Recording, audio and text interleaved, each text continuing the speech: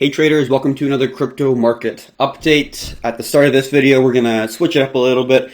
We're going to be comparing Bitcoin to other assets that have appreciated significantly over the past 10 years, and then we'll look at some of the potential opportunities that Bitcoin is offering, both looking at the small time frames and the inverted chart as well. So first things first, quick understanding, this chart represents how many units of dollars it takes to buy one Bitcoin. Obviously, this is the most commonly used way of measuring the price appreciation or depreciation of this asset, as well as many assets that we are looking at within the world. United States dollar being the world reserve currency and all. So what we're going to do differently is actually change how we are representing the comparison. Instead of comparing everything to US dollars, we're going to compare Bitcoin to some other type of assets. We're first going to look at some precious metals, gold, silver, and then we're actually going to go and look at some different stocks. Mostly Fangman, so Facebook, Amazon, Netflix, Google, Microsoft, Apple, and Nvidia. We're going to look at the comparison versus Bitcoin and those different Fangman stocks. So first thing, from the US dollar, how we would actually compare it to gold is we want to divide it by gold. And gold is measured in dollars as well. So then the United States dollar goes away, and then you're just comparing Bitcoin to gold. So if we click that and then click enter, we now have a comparison of Bitcoin to gold. And we can see right here, this is saying how many units of gold it takes to buy one Bitcoin. And right now, it takes 5.3 units of gold, 3 ounces, or 5.3 ounces of gold, sorry, to buy one BTC, where gold is currently around 1,733 US dollars.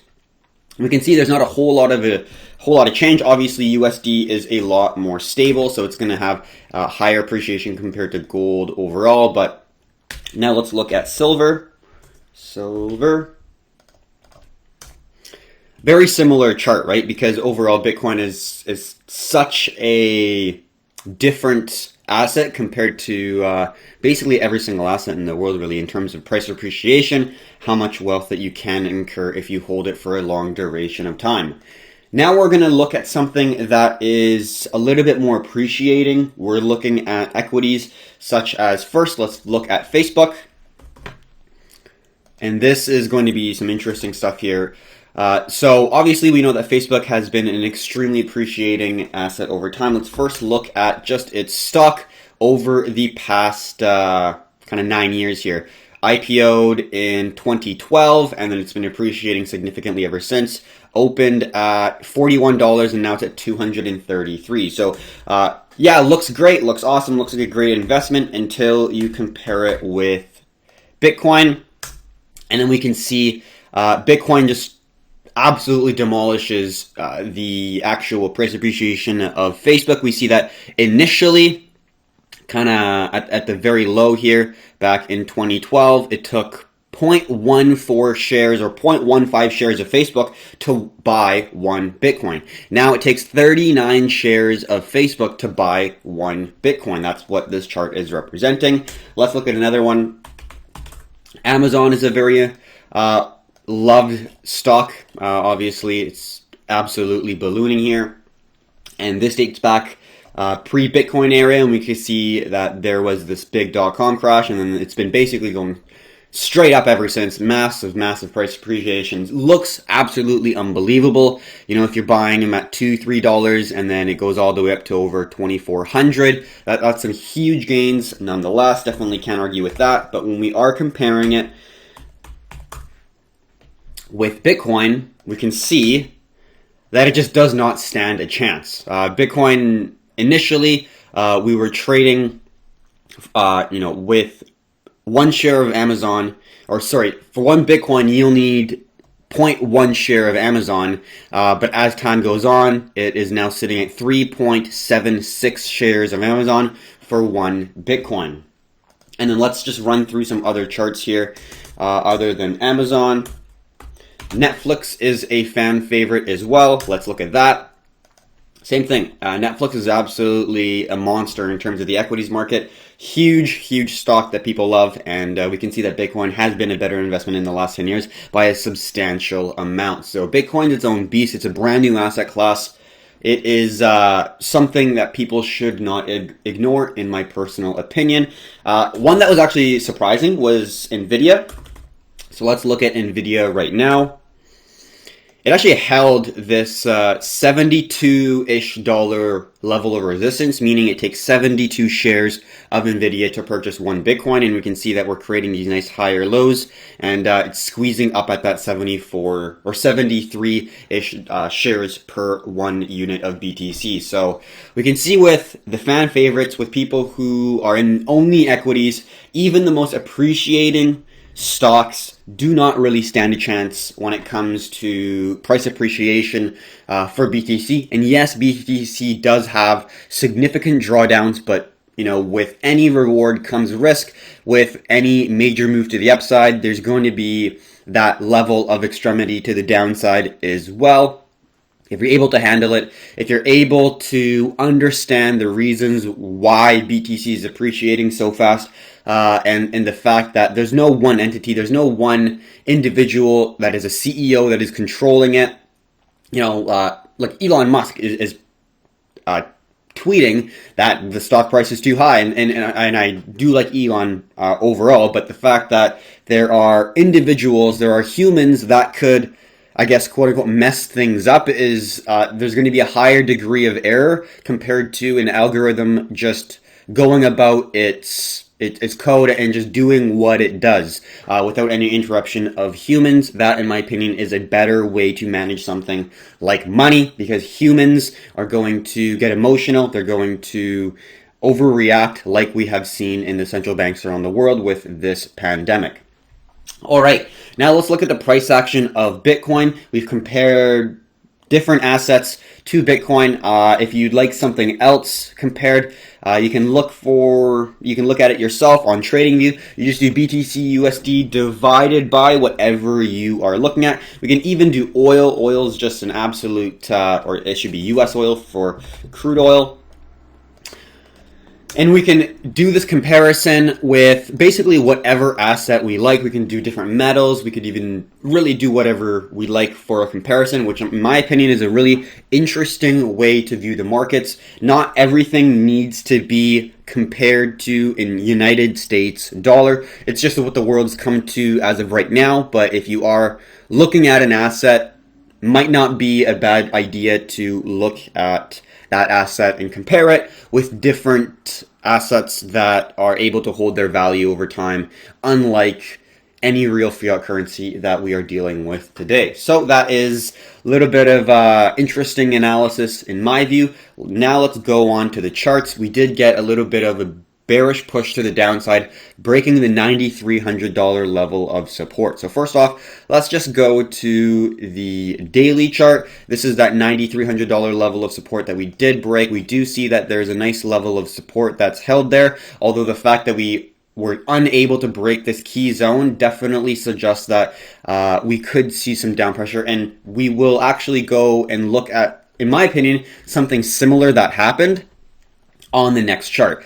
But all in all, we do see upward pressure and momentum driving the price. Let's get our snip here, because obviously that is a better way to explain our ideas instead of just explaining it verbally. All right, so we've got these three lines, these mainly the two lines here, which is going to represent our key level of support. And you know that there is a lot of demand right here, especially with our horizontal level of support here as well. We also have a mid-range zone that is the $9,300 zone, which we are talking about right now. So we know that we got a couple key horizontal zones and a couple ascending zones that we are looking at. That's primarily the way we are looking at the market. And we know that there is a tremendous amount of supply coming in at around 9,900, just under the 10K zone. So we are squeezing where we have upward momentum and upward pressure driving the price, creating higher highs and higher lows. The sellers were able to hold the price from making any higher highs, creating a market structure in which a squeeze is coming and the market has to make a decision. It's either going to squeeze to the upside where the bulls are going to win the battle, or the sellers are going to win and dump the price back down. It doesn't need to go all the way down to here, but it could be a short-term win for the battle, for the bears. Kind of look at it this way. The war, in my opinion, the bulls will win BTC for sure, but in terms of the battle, bears could definitely win this one in terms of where we could go, and we'll look at another example that looks somewhat similar to this when we were also in another triangle. So we see that we're in a very large triangle on the weekly chart, and we have this descending resistance that is well respected, where we see 1 rejection, 2 rejection, 3 rejections, and this is now our 4th rejection of this zone after we put our anchor at the top just under the 20K zone. And we are creating a series of lower highs, and we have a nice ascending creating a series of higher lows with the base support. So if we understand this structure, I personally think that we've done something like this in the past. So if we look at this chart right here, and we can see what happened back in kind of 2019, summer of 2019, I think that it looks something similar to some degree, and I'll discuss why. First things first, we are in a triangle after a very, very solid move to the upside. This was a huge move back in the start of 2019, kind of in the spring, where we got that huge breakout above 4,200, and then we got that massive run up in 2019. Hopefully you remember that if you were in the crypto market, and then this is that long drawn out triangle that we had in the summer of 2019 when we were bouncing from a series of lower highs and higher lows. So in terms of the market structure, there are some similarities. And then we can see we're bouncing from resistance to support. And we don't know the rest of the chart, because on the weekly, we can see that there's still some time left until we get to the apex, so we don't exactly know how long it'll take until we actually break out. We could see a longer drawn out consolidation that we may think. We don't exactly know. My speculation is that we won't break out just yet. I'm not betting on it, but I am waiting and anticipating a consolidation, or at least a little bit of a down move, and then a nice base and a floor created by the price, and then we'd be looking for a solid move up after that. That's kind of the longer term outlook that I currently have for the market. But in terms of what we currently saw here, let's zoom in and let's analyze this a little bit. Hopefully you can see the lines, but I will draw them a little bit in greater detail. So basically we got this descending zone, and the overall momentum is to the upside. We know that there is sell pressure within this zone, but at this point we're still in the kind of thought process of, okay, maybe it could go higher because we got this nice squeeze here. Not a very good trend line, but we got this squeeze where we got a series of lower highs, and then it was pushing the price, there we go, into a funnel. This was the apex, and then it made a very, very aggressive move to the upside, and now we are consolidating within this rectangular zone, either a volume distribution phase or a volume reaccumulation phase, if you are thinking that it's going to go to the upside. But in my personal view, we're going to look at the current price action as a volume distribution phase, similar to what we see right here. So after a significant move to the upside, we hit a major level of supply.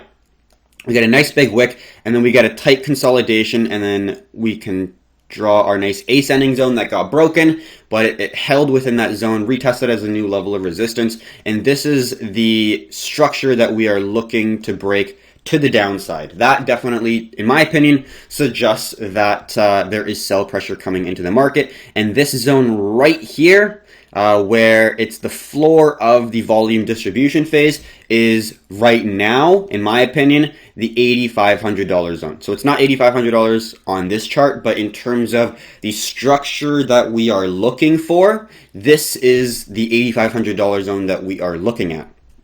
And what we're looking to do is to look to enter after it breaks this $8,500 zone potentially, and then we get some level of a retest like we see here, where we get a series of higher lows squeezing the price towards an apex where you get a horizontal level of resistance, and then this is that expansion and volatility that could come from this next sell-off. So for any shorts, this is the type of move that you're looking for. In my personal view, we're not going to get a long drawn out lower low, lower high move. It's going to be a fast whipsaw, and then you're going to get a base form, something along the lines of a base, and then you're looking for, in my opinion, a good solid entry. So I don't think it's going to be a long drawn out consolidation. I think it's going to be more of a quick move to the downside, and that's what I'm going to be kind of looking for. So get a good understanding of the key level of supply, the $8,500 zone, which is breaking the volume distribution phase, and then we're going to look for that nice continuation pattern below the $8,500 zone. So understanding this structure of the market, now let's look at the current price action that we see. All right. Let's go like this and take another picture. And this is that $8,500 zone that we talked about right here. So in my opinion, this is that volume distribution phase, or that rectangular zone that is basically a battle between the bears, or the supply, and the bulls, which is the buyers in the market. And the 8,500 zone, 8,500, is going to be the last area of confidence for the buyers or the bulls. If it goes below that, we've, in my opinion, broken the floor of the volume distribution phase, and we have a high probability of potentially moving to the downside. We do have a key level of support at around 7,700, but in my opinion, if we do break this volume distribution phase, we could see some sell pressure coming into the market, although we do have a nice ascending level of support, creating a series of higher lows. So I don't think it's going to be extremely aggressive like we saw back in March, because this was a liquidity event where it was assets across the entire board that sold off. If we see the stocks consolidating like they are, or even moving to the upside, and we're not seeing this mass liquidity event across all asset classes, I don't think we'll get something this aggressive. Although if we do break that $8,500 zone, I think we could see some sell pressure coming into the market. There's been a lot of people entering in this market. Remember that we passed the $8,500 zone before the halving, so I'm sure there's a lot of retail individuals and new people in the market who bought BTC, who's just been sitting here, not really gaining anything, not really gaining any profits, when they were expecting, whatever they're expecting, 2-3 digit X multiplying because of the halving, or some crazy things that they think will happen in that event. So in terms of the fundamentals, I personally do think that the minor sell pressure is still prevalent. It just hasn't really shown its face yet, and I think if we do see a sharp spike in momentum to the downside, the sell pressure could attract the BTC miners to start selling a little bit more of their position, for the people that are not really efficient and not getting the best bang for buck for energy. So in terms of the structure, that is how I'm looking at the market. We'll look at the inverted chart for a good understanding as well, but I think the best bet would be waiting for that around $8,500 zone to break, to have the highest confirmation to the downside, basically. And we can see a similar structure that happened right here. The $8,500 zone on this structure was, let's just look here, around 92. We can see on this structure, key level of resistance, key level of support. We can also see that this was a potential left shoulder. We can see that this, I guess, was a right shoulder if you're looking at it in terms of here. Didn't really draw that right. But you can kind of see the head right here, right? And then you can see the left shoulder and the right shoulder, or you could use this and draw a little bit of a trend line that's connecting the higher lows, but it is creating a nice structural top here where you have very, very key levels of horizontal supply and demand.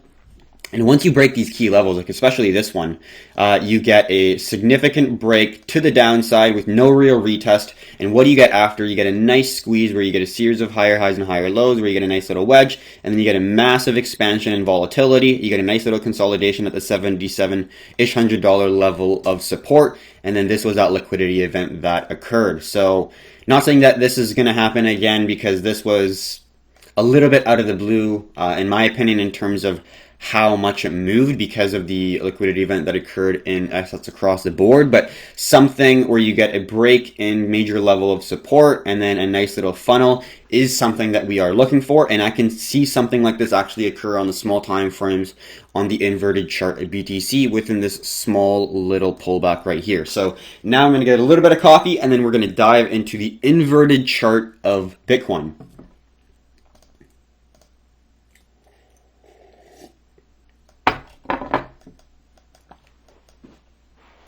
All right, so let's look at the 6 hour and take a dive into kind of the large time frame of what we see, and then obviously going into the smaller time frame. So let's take a picture here and then just discuss what we see. This is inverted, meaning the price going down, or the chart going down, you're seeing price appreciation, and then when the chart is going up, or when the price is looking like it's going up, it's actually depreciating. So this is that support, and then this is that resistance.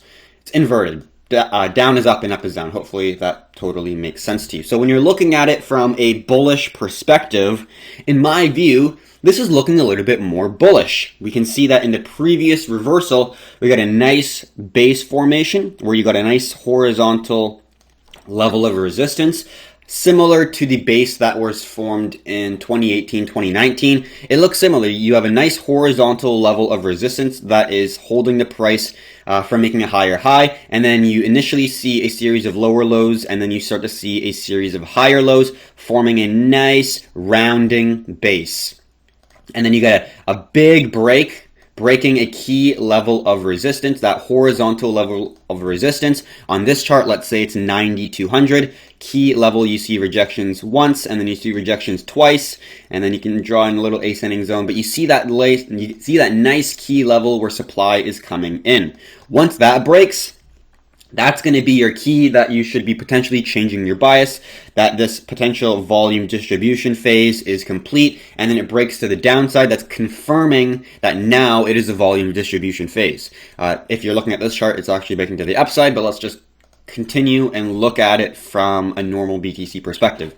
Once it breaks to the downside, you're looking for continuation patterns. This is a nice bearish flag, bullish flag on this chart, where you get a pull, you get a nice series of lower lows and lower highs connected by a descending trend line, both for resistance and support. And once you break that to the upside with a lot of aggression, like we see here, with an aggression here, and then this big bullish engulfing candle, even if you see that, yes, the risk reward is pretty high in terms of the risk, but I think that if you do see that validation that there's a lot of sellers coming into the market, you can still get that solid risk reward where you're getting a risk here and maybe your reward would be like something like this, or even a little bit higher, so you're getting maybe a 4-to-1, but overall, I think you can still manage to find some good risk rewards in that environment. So that's how that reversal went. And let's actually take a quick look at this basing and how we saw that on the normal chart on the daily of BTC's 2018-2019.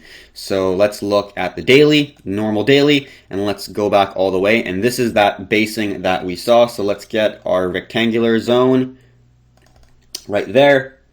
And it looks pretty similar, right? Where you saw a move to the downside. Obviously, this is very different in terms of how it came to the downside. But you see low, lower low, lower low. So you see a series of lower lows and lower highs. And then you form a series of higher lows like here. And then you have a nice, well-respected horizontal resistance that is keeping the price from making a higher high. You see a very nice base form right here. This is, in my opinion, a very good structure for a nice floor before you get a reversal. So we see that within 2018, 2019, and then you get a massive bullish push to the upside. So when you have that understanding, let's look at what we can see right here. Very, very similar. That move to the downside isn't as aggressive, but you see that nice series of lower lows and then turning to higher lows with the horizontal level forming the resistance. And you kind of see that right now where you did initially see lower lows. And then if we're able to hold this support at around 9,900, and then you do see a potential higher low that is going to hold at around 93. We'll get into that on the smaller time frames. But if we're able to hold this low and kind of creep a little bit higher, let's just go like this. and creep a little bit higher, it does look like we could see a very nice structure where we see a low, a lower low, higher low, higher low, higher low, maybe higher low here, and you got that nice base to form where you got that horizontal level of resistance at 8,500, like we've been talking about for a while. I think that's going to be that potential zone that we saw right here, and then maybe if you get the price to form in a little continuation pattern right there, then you could get that big move to the downside or to the upside on this chart if we're looking at the price action in a bearish bias. That's going to be my view. I'm not really looking to try to enter just yet. We'll look at the smaller time frames. We'll look at the structure that we currently see in the market, but in terms of the larger 6-hour, 12-hour time frames, I am looking at the market in that viewpoint, in that this is the breakout point at 8,500 potentially, and then we do see a nice well-rounded top, which would be a nice well-rounded bottom on this chart where you see a lower low, but then you see a higher low. We could see a nice higher low here, hold the previous level of resistance, support, new level of support, which would create our higher low, which would be really good. And if we consolidate here, maybe push up, form a little triangle, or little some level of a squeeze at the top above the $8,500 zone or below it on the normal chart, that in my opinion would be a really good option to be looking for a potential short, something like that.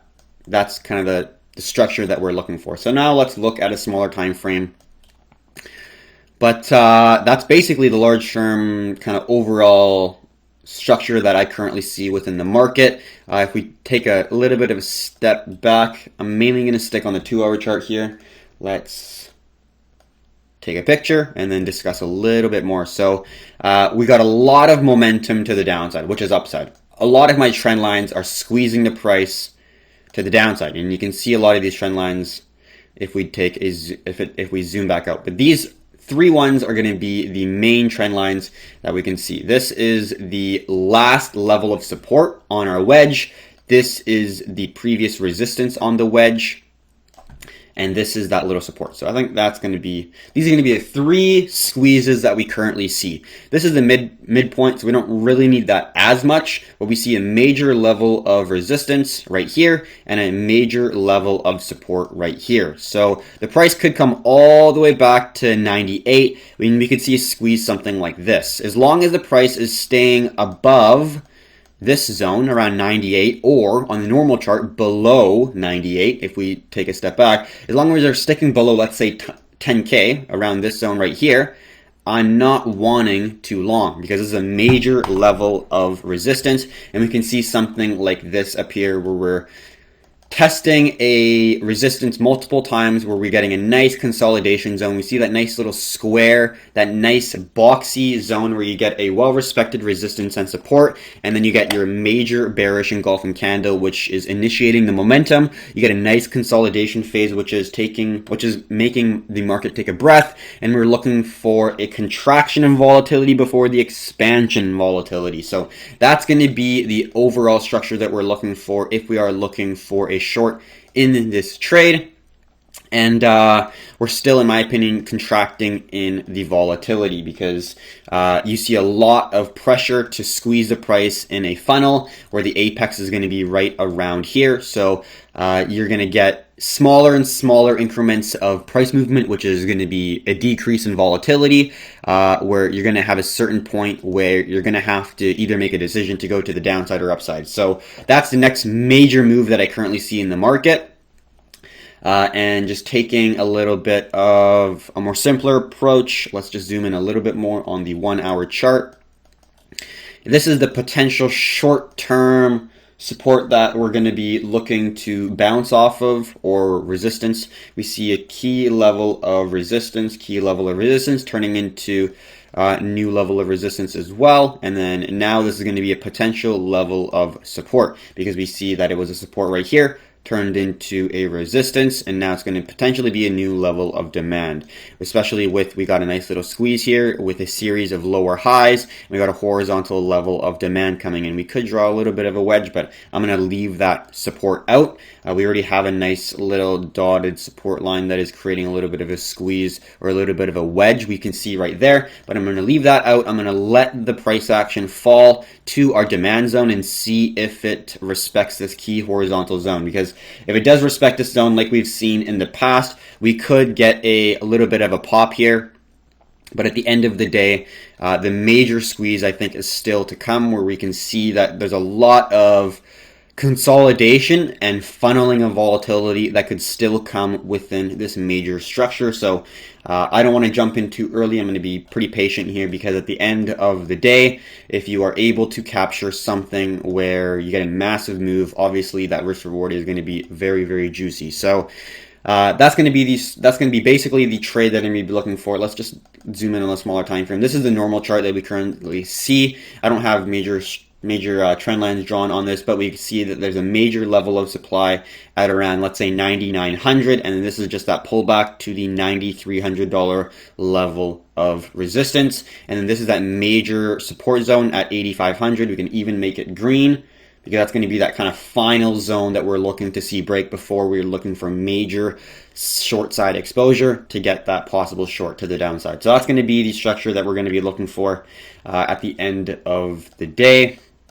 But it's looking a little bit more bearish, but we don't want to fight the trend. We still got a lot of momentum and a lot of pressure to make it to the upside. We see that this ascending support is getting held really well, and then you see that buyer is able to push the price, holding this little nice support right around here. Previous resistance, new level of support, in confluence with that ascending trend line connecting the higher lows. It could just consolidate, even going up back to this 97, maybe even the $9,800 zone. We don't exactly know, so we got to be patient. We got to remain basically on our hands, waiting for that really, really good opportunity to come onto our lap. And in my opinion, it's just not there yet. If we consolidate at the $9,300 resistance, let's just talk about this little market structure that we currently see right now.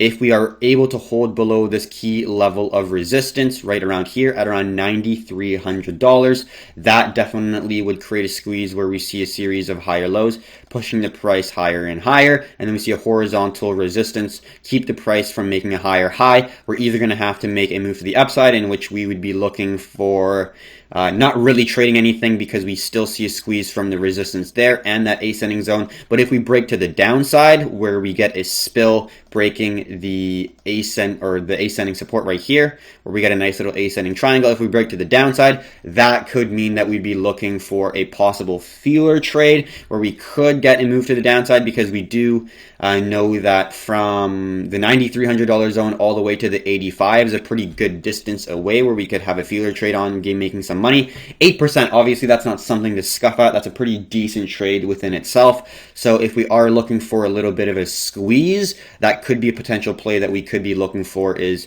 we know that we got a squeeze coming, where we got a potential squeeze right here, and if we get a move from here to the $8,500 zone, that could be a potential trade within itself. And then looking on the reverse charts, just zooming in on the smaller time frames, that seems like that could definitely be a situation that we could be looking at.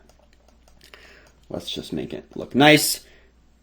And this is that trade on the reverse chart for kind of the bullish eye, where we got a nice squeeze here, and we could extend a little bit further. It'd be nice if we touched this demand zone right here, but at the end of the day, we're getting a nice squeeze with a series of lower highs. And then what we're looking for a potential short is a short after this contraction in volatility, and we're going to be looking to enter at the expansion phase if it does go back to the $8,500 zone, and that would be a feeler trade, because breaking the $8,500 zone to the upside on this chart, or breaking $8,500 to the downside, where you see lower numbers as the higher you go on this chart. Once you go above that zone, I think that's when you really start to see the momentum shift and the psychology of the bears for the upside start to weaken, where the confidence starts to weaken, and then there might be more hesitation, there might be more FUD floating around in the news, and that could create a potential sell-off, because obviously When you see the price decrease, that is going to give you more of a bias that, oh shit,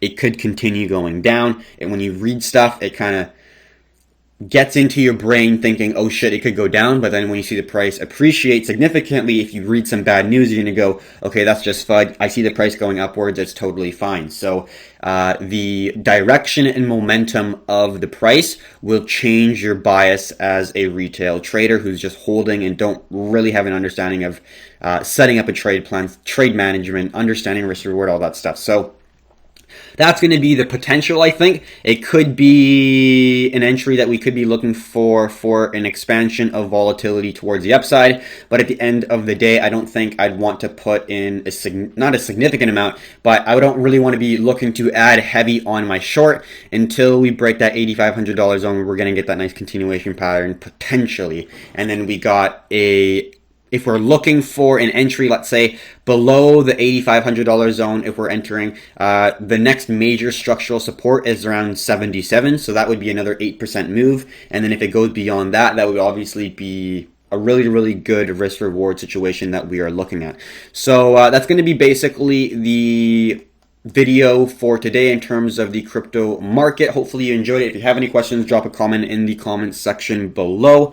Don't really have much else to add. If it doesn't break this resistance and if it continues going up, I totally don't mind. That's very all right with me, because then we're just continuing up in the ascending wedge that we've been in for a while. We did poke out with a little bit of a kind of blow off top here where we had the previous resistance turning into a nice level of ascending support. We've held it multiple times, very well respected lines all throughout. But if we hold this nice little support and then break the $9,300 level of resistance, we could be looking at even testing the $9,800 zone yet again. And I just don't see the risk reward in terms of more of a swing trade for long, because we know that there is a lot of sell pressure at that key level of resistance. I'd rather wait until there's a good opportunity to be entering either in a short where we have that volume distribution phase break to the downside, or we get confirmation that bulls are really in the market. But as of right now, my biases are still a little bit bearish in my personal view. So that's going to be the analysis for BTC. Hopefully you enjoyed the start where we compared different assets to Bitcoin, because the only thing that people compare Bitcoin to is the US dollar, and having different assets to compare with provides some level of perspective as to how much price appreciation Bitcoin has truly gained in the past 10 years. It is an asset unlike anything that humanity has really seen. So if you don't own any BTC, if you have no exposure to Bitcoin, definitely look into it, in my personal belief. But I think if you are watching this video and if you come this far, you definitely have some exposure in Bitcoin, in my personal view. So if you do, that's great. If not, definitely look into it. So thank you very much for watching. We really appreciate you coming here and taking the time to look at our content, basically. If you found it educational, entertaining, informative, anything of the above, if you learned one thing, it'd be great if you hit that thumbs up and subscribe. It helps us out greatly. And if you have any suggestions, comments, things that you enjoyed, things that you might have not enjoyed so much, things that you think we could improve on, definitely drop them in the comment section below. And if it's some good advice, we'll definitely implement it in the upcoming videos for the crypto market update. So thank you very much for watching, and until next time, have a good one, folks.